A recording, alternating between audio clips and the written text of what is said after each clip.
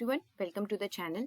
आप सब लोगों के अभी बहुत सारे एग्जाम्स होने वाले हैं। एपीओ और जुडिशरी के प्रीलिम्स के एग्जाम्स भी हैं, मेंस के एग्जाम भी हैं और इन सारे ही एग्जाम्स में जो सीआरपीसी है यानी कि क्रिमिनल प्रोसीजर कोड, वो एक इम्पॉर्टेंट सब्जेक्ट है। तो आज से यहाँ पे हम लोग सीआरपीसी की सीरीज शुरू कर रहे हैं और ये पहला वीडियो है। इस वीडियो में मैं आपके साथ में कॉग्निजेबल और नॉन कॉग्निजेबल ऑफेंस को डिस्कस करने वाली हूँ। तो आइए इसको शुरू करते हैं। सबसे पहले इन दोनों टर्म की हम बात कर लेते हैं, कॉग्निजेबल और नॉन कॉग्निजेबल की। तो इनका कोई डिटेल डेफिनेशन जो है वो सीआरपीसी के अंदर नहीं दिया गया है, लेकिन 2C और 2L जो है इसकी कैरेक्टरिस्टिक बताते हैं कि विद और विदाउट वारंट अरेस्ट किया जा सकता है या नहीं किया जा सकता है। अगर हम 2C को देखते हैं जहां पे कॉग्निजेबल ऑफेंस को डिफाइन किया गया है, तो यहाँ पे ये डिफाइन किया गया है कि means an offence for which and cognizable case, जहां पे केस में पुलिस ऑफिसर जो है वो according to the first schedule या किसी भी लॉ के अंदर for the time being in force without warrant arrest कर सकती है। तो यहाँ पे जो है कि बस एक ही चीज आपको दी गई है कि कॉग्निजेबल ऑफेंस में क्या होगा कि police officer without warrant arrest कर सकती है। लेकिन यहाँ पे एक चीज ध्यान देने वाली बात है कि कॉग्निजेबल ऑफेंस और कॉग्निजेबल केस दो टर्म यूज किए गए हैं जिसपे बहुत कम लोगों का ध्यान जाता है। तो अगर हम ऑफेंस की बात करें, जनरल बोलचाल की भाषा में हम ऑफेंस को डिस्कस करते हैं, अभी सेक्शन 40 आईपीसी पे नहीं जाएंगे।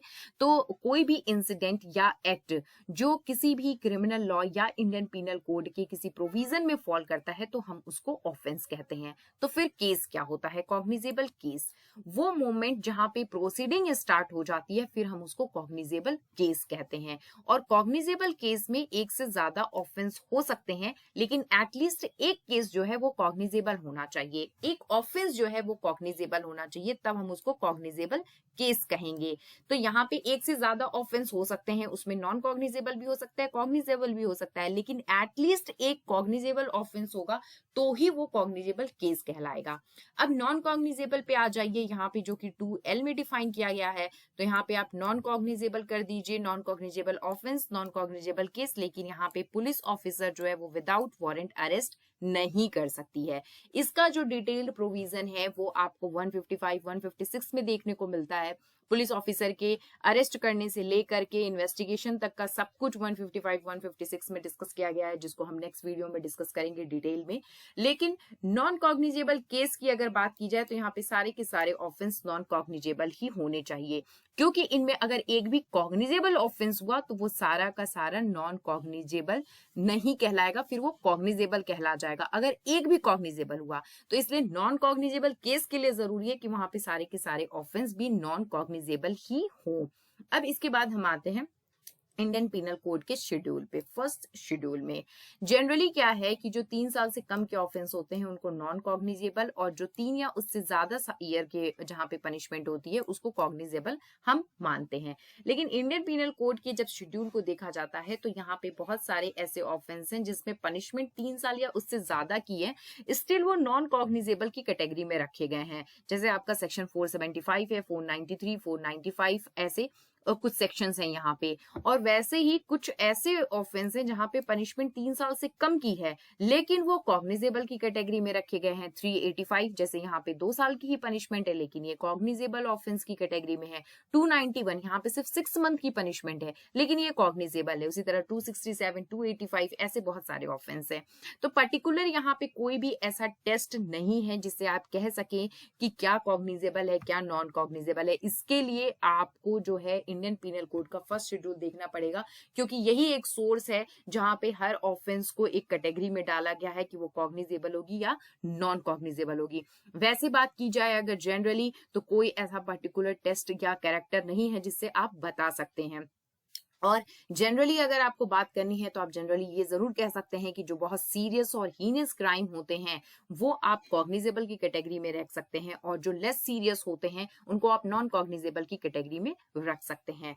अब ये तो हो गई इन दोनों टर्म के डेफिनेशन की बात। अब हम आते हैं इससे रिलेटेड कुछ और इंपॉर्टेंट फैक्ट्स हैं जिनको देख लेते हैं। अगर एक ही ट्रांजेक्शन में बहुत सारे नॉन कॉग्निजेबल ऑफेंस हुए हैं, लेकिन उसमें से एक जो है वो कॉग्निजेबल है, तो उस पूरे को कॉग्निजेबल ही कंसीडर किया जाएगा।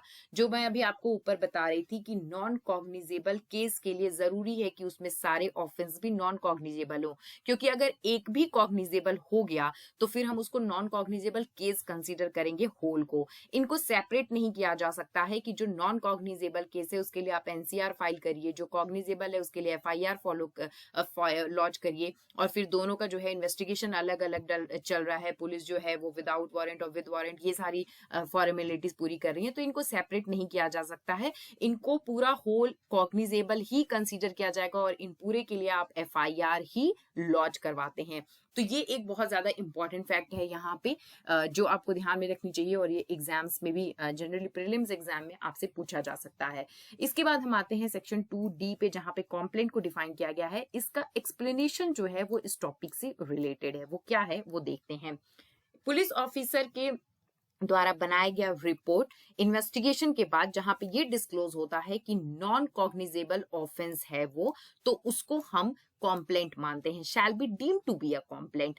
और जो पुलिस ऑफिसर है जिसने वो रिपोर्ट बनाई है उसको हम कॉम्प्लेनेंट मानते हैं। अब ऐसा क्यों है, ये क्या कॉन्सेप्ट यहाँ पे दिया गया है? तो इसका ये मतलब है कि पुलिस ऑफिसर ने इनिशियली उसको कॉग्निजेबल ऑफेंस समझ करके वहां पे इन्वेस्टिगेशन स्टार्ट की थी, लेकिन जब इन्वेस्टिगेशन होती है तो पता चलता है कि वो दरअसल नॉन कॉग्निजेबल ऑफेंस है। तो फिर यहाँ पे जो पुलिस रिपोर्ट फाइल करती है उसको हम कॉम्प्लेंट कहते हैं, और जो पुलिस ऑफिसर के द्वारा फाइल की गई है उसको कॉम्प्लेनेंट कहेंगे। शैल बी डीम्ड वर्ड का यूज किया गया है, एक लीगल फिक्शन क्रिएट होता है, और इसका जो मकसद है, जो मेन ऑब्जेक्टिव है वो ये कि मजिस्ट्रेट जो है वो कॉग्निजेंस इसी कॉम्प्लेंट के ऊपर लेगा। तो ये 2D का जो एक्सप्लेनेशन है वो इस टॉपिक से रिलेटेड है और एक इंपॉर्टेंट कॉन्सेप्ट है जो आप सबको पता होना चाहिए। अब चलिए हम देख लेते हैं इन दोनों के बीच में ब्रॉडली क्या डिफरेंस है, दोनों कॉग्निजेबल और नॉन कॉग्निजेबल ऑफेंस के बीच में, जो आपसे एग्जाम में अक्सर पूछा जाता है। तो सबसे पहली चीज, अगर 2C और 2L के हिसाब से बात की जाए तो विदाउट वारंट अरेस्ट किया जा सकता है कॉग्निजेबल में, लेकिन नॉन कॉग्निजेबल में विदाउट वारंट अरेस्ट नहीं किया जा सकता है। कॉग्निजेबल ऑफेंस के केस में क्या होता है कि आप एफआईआर लॉन्च करवाते हैं, फर्स्ट इंफॉर्मेशन रिपोर्ट, लेकिन नॉन कॉग्निजेबल में आप एनसीआर लॉन्च कराते हैं, नॉन कॉग्निजेबल रिपोर्ट। कॉग्निजेबल के केस में क्या होता है कि इन्वेस्टिगेशन बिना मजिस्ट्रेट के ऑर्डर के भी की जा सकती है, लेकिन नॉन कॉग्निजेबल के केस में आप मजिस्ट्रेट की ऑर्डर के बिना इन्वेस्टिगेशन नहीं कर सकते हैं, और वो भी यहाँ पे मजिस्ट्रेट, कौन सा मजिस्ट्रेट, जिसके पास में जुरिडिक्शन होती है वही यहाँ पे ऑर्डर दे सकता है इन्वेस्टिगेशन का। अगर इन्वेस्टिगेशन यहाँ पे बिना मजिस्ट्रेट के ऑर्डर की हुई है तो वो प्रॉपर होती है, लीगल इन्वेस्टिगेशन होती है, लेकिन अगर नॉन कॉग्निजेबल के केस में बिना मजिस्ट्रेट के ऑर्डर के इन्वेस्टिगेशन की गई है तो वो एक इरेगुलर इन्वेस्टिगेशन मानी जाती है।